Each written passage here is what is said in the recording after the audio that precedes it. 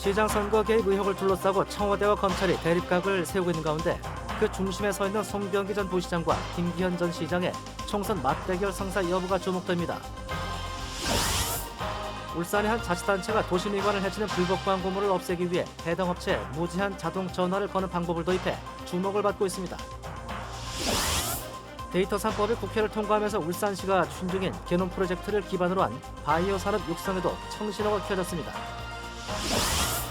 바닷물이 닿으면 전기를 방출하는 해수전지는 유니스트가 세계 최초로 개발한 기술인데 제주도가 이 기술을 활용해 바닷물 자원화 사업에 나섰습니다. 여러분 안녕하십니까? 1월 15일 뉴스데스크 울산입니다. 청와대와 검찰의 대립각이 울산에서는 송병기 전 경제부시장과 김기현 전 시장으로 상징되고 있는데요. 송 전 부시장의 총선 출마가 유력해지면서 김 전 시장과 같은 선거구에서 맞붙을 가능성을 점쳐보는 이들이 많습니다. 최지호 기자입니다. 송병기 전 경제부시장과 김기현 전 울산시장은 청와대와 검찰의 대립을 보여주는 울산의 대표 인물로 부상했습니다. 송 전 부시장은 피의자 신분으로 수사를 받고 있지만 검찰이 청구한 구속영장이 법원에서 기각되면서 명예회복에 나설 명분이 생겼습니다.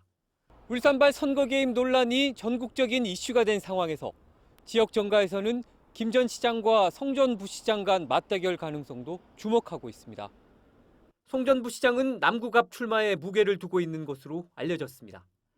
남구을은 과거 시청 재직 시절 보필했던 박맹우 전 시장의 지역구여서 피한 건데 만약 남구을에 김 전 시장이 출마한다면 맞대결을 위해 선거구를 바꿀 가능성도 배제할 수 없습니다. 두 사람이 중구에서 붙을 수도 있다는 해석도 있습니다.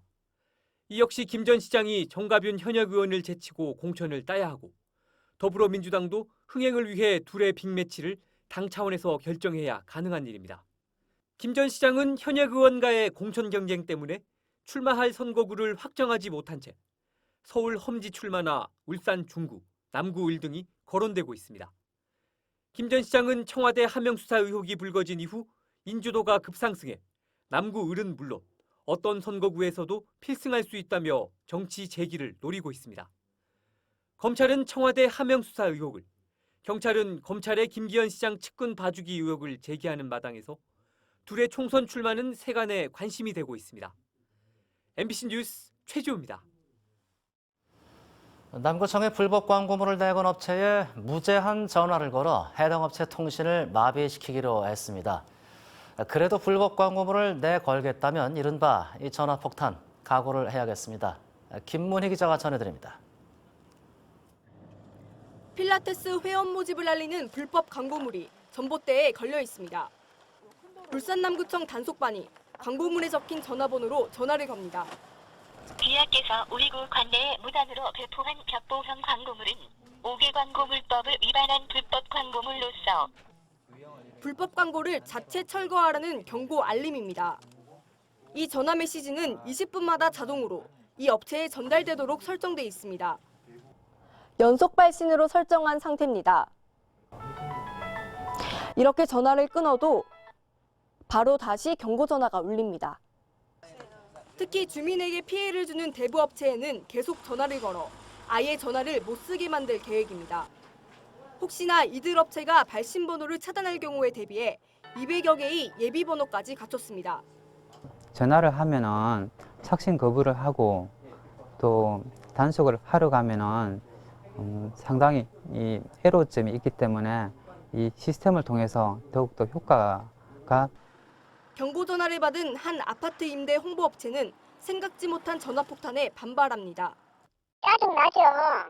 계속 그냥 그런 식으로 전화가 오니까 우리는 그래도 어느 정도는 풀어주고 광고를 조금씩 그래도 할 수가 있어야 되는데. 지난해 적발된 불법 광고물은 울산에서만 4,970만 개.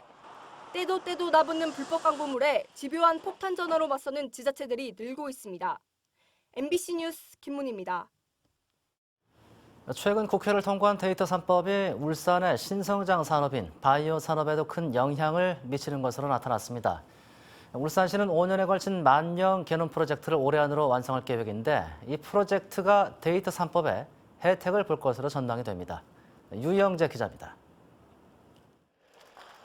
울산과학기술원 게놈산업기술센터.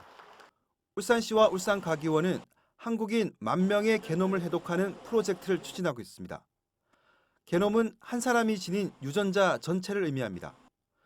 2016년부터 지난해까지 4,000명의 게놈을 해독했고 올해 나머지 6,000명을 한꺼번에 해독할 계획입니다. 울산 게놈 프로젝트를 통해 국내 최대 규모의 데이터를 확보하더라도 활용 측면에서 제약이 많았는데 이번에 국회를 통과한 데이터 3법이 이 길을 터줄 것으로 보입니다. 데이터 3법이란 개인정보보호법과 정보통신망법, 신용정보법 개정안을 일컫는 것으로 게놈 등 개인정보와 관련된 빅데이터를 기업에서 사용할 수 있도록 규제를 풀어주는 법안입니다. 특정 개인을 알아보지 못하도록 정보를 가명으로 처리하면 정보 주체의 동의 없이도 연구 목적 등으로 사용할 수 있게 된 겁니다. 울산시는 또 게놈 산업 규제 자유 특구 지정도 추진하고 있습니다. 특구로 지정되면 데이터 확보와 저장, 분석 분야에서도 적지 않은 규제가 풀립니다. 유전체 검사 기관의 활성화, 유전체 기반 바이오 정보 유통 서비스 산업의 확대가 예상됩니다. 울산 지역을 기반으로 세계적인 바이오 기업이 태동할 수 있는 환경을 조성한다는 것이 울산시의 야심찬 목표입니다. MBC 뉴스 유영지입니다.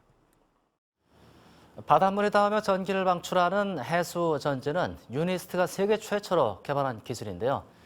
제주도가 이 해수 전지 기술을 활용해 바닷물 자원화 사업에 나서기로 했습니다. 이도욱 기자가 전해드립니다. 바닷물에 넣어둔 해수 전지에 전선을 연결하자 불이 켜집니다. 지구상에서 가장 풍부한 자원인 바닷물을 활용하기 때문에 친환경적이고 반영구적으로 사용이 가능합니다. 비싼 리튬을 사용할 필요가 없어 상용화만 된다면 저렴한 비용으로 만들 수도 있습니다. 가장 큰 문제였던 상용화를 위해 유니스트와 제주도가 손을 잡았습니다. 해수 자원이 가장 풍부한 도시인 제주도를 해수전지 기술을 발전시키고 보급하는 무대로 활용하는 겁니다. 두 기관은 바닷물에 닿으면 불을 켜고 위치 신호를 전송하는 구명조끼와 어구용 부위 같은 즉시 적용 가능한 기기 보급 사업을 시작으로 다양한 해양기기 분야로 적용 범위를 넓혀 상용화를 앞당길 예정입니다. 전기를 발생시키는 과정에서 소금기를 제거하고 소독도 할 수 있는 해수전지의 부가적인 기능을 활용한 바닷물 자원화 연구도 함께 진행됩니다. 해수전지를 통해서 이제 해수를 살균하거나 담수화하는 것을 통해 가지고 기존에 사용하던 공정 비용들을 좀 더 줄일 수 있는 그런 역할을 기대하고 있습니다. 세계 최초로 개발한 해수전지 기술을 위해 전용 연구시설도 건설하고 있는 유니스트는 제주도라는 무대를 바탕으로 수십조 원에 달하는 세계 대용량 배터리 시장 진출을 기대하고 있습니다. MBC 뉴스 이도욱입니다. 교보 뉴스입니다. 울산시는 올해 보건복지 분야 예산을 1조 1,312억 원으로 편성하고 울산형 복지 대책을 추진한다고 밝혔습니다. 시는 출산율을 높이기 위해 첫째 자녀부터 출산 지원금을 지원하고 세 자녀 이상 출산 가정의 상하수도 요금 감면을 연장 시행합니다. 또 국립치매전담형 노인 요양시설과 장애인 구강진료센터, 공공산후조리원 등 복지 인프라도 대폭 늘립니다. 울산시설공단은 오늘 이사회를 열어 첫 노동이사 선출을 위한 임원 추천위원회를 구성했습니다. 노동이사는 노동자를 직접 이사회 이사로 선임해 기업의 의사결정 과정에 참여시키자는 문재인 대통령의 대선 공약에 따른 것입니다. 시설공단 임추위는 이달 중으로 선거관리위원회를 구성하고 선거 일자 등을 공지할 예정입니다. 현대자동차와 현대중공업 노조 등 지역 노동계는 오늘 기자회견을 열고 울산 시민을 배제하고 일방적으로 출범한 사용 후 핵연료 경주지역 실행기구를 해산하라고 요구했습니다. 이들은 월성원전 인접지역인 울산을 논의에서 배제하고 밀실에서 논의가 진행돼서는 안 된다고 주장했습니다. 사용 후 핵연료 경주지역 실행기구는 월성원전의 고준위 핵폐기물 저장시설을 경주지역에 추가로 설치할지 여부를 결정하는 논의기구입니다.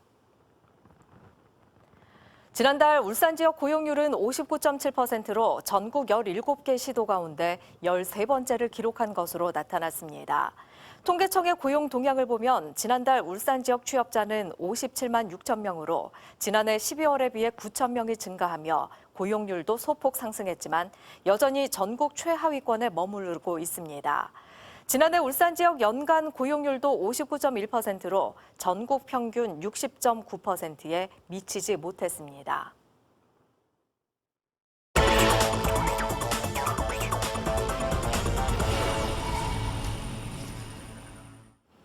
남구 삼산동의 한 빌라에서 나흘째 수돗물에 이물질이 섞여 나와 주민들이 불편을 호소하고 있습니다. 이에 대해 상수도 사업본부는 해당 건물 1층에 위치한 공동수도 계량기에서 나오는 물의 상태는 문제가 없었다며 가정으로 이어지는 내부 배관 문제로 보인다고 밝혔습니다. 이럴 경우에는 건물 자체적으로 배관 청소 등 원인을 찾아야 한다고 덧붙였습니다.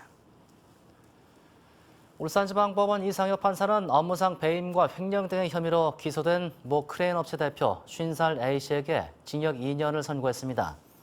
A씨는 지난 2016년 경영난을 겪는다며 자신의 회사에 대해 법인 회생 신청을 한 뒤 몰래 다른 회사를 만들어 기존 회사의 매출 3억 3천여만 원을 빼돌린 혐의 등으로 기소됐습니다. 재판부는 A씨가 법인 회생 절차를 악용해 회사를 파산시키고 자신의 이익을 챙기는 등 죄질이 좋지 않다고 밝혔습니다. 울산 항우노조는 오늘 울산 신안 컨테이너 터미널 운영사인 UNCT가 추진 중인 구조 조정이 항만 하역 업무 안전을 위협하고 있다며 철회를 요구하는 집회를 열었습니다. 항우노조는 울산시장의 컨테이너 물동량이 증가하고 있는데도 UNCT는 경비 절감을 이유로 안전 요원인 신호수에 대한 희망퇴직을 실시하고 있다고 주장했습니다.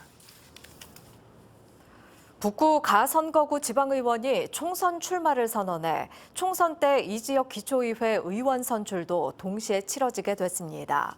자유한국당 박상복 북구의회 의원은 국회의원 세대 교체에 도전한다며 현대자동차 기획실에서 일한 경험 등을 살려 참 일꾼이 되겠다고 밝혔습니다. 박상복 구의원의 사퇴로 북구 가선거구, 농소 1, 강동, 송정동 기초의원 보궐선거는 4.15 총선과 동시에 치러집니다. 정의당 울산시당이 제21대 국회의원 선거 비례대표 후보자를 선출하기 위한 시민선거인단을 모집합니다.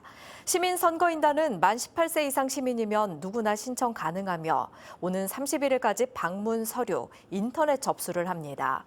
한편 정의당은 오늘 시의회 프레스센터에서 기자회견을 열어 거대 양당이 독점해온 정치 개혁과 진보 진영 확대를 위한 관심과 참여를 촉구했습니다.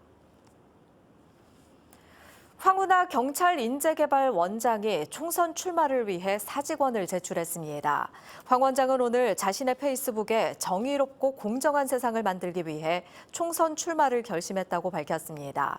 황 원장은 울산지방경찰청 재직 시절 김기현 전 시장 측근 비리를 수사한 것은 일반적인 지역 토착 비리 수사로 청와대 하명에 의해 이뤄진 게 아니라고 주장해왔습니다.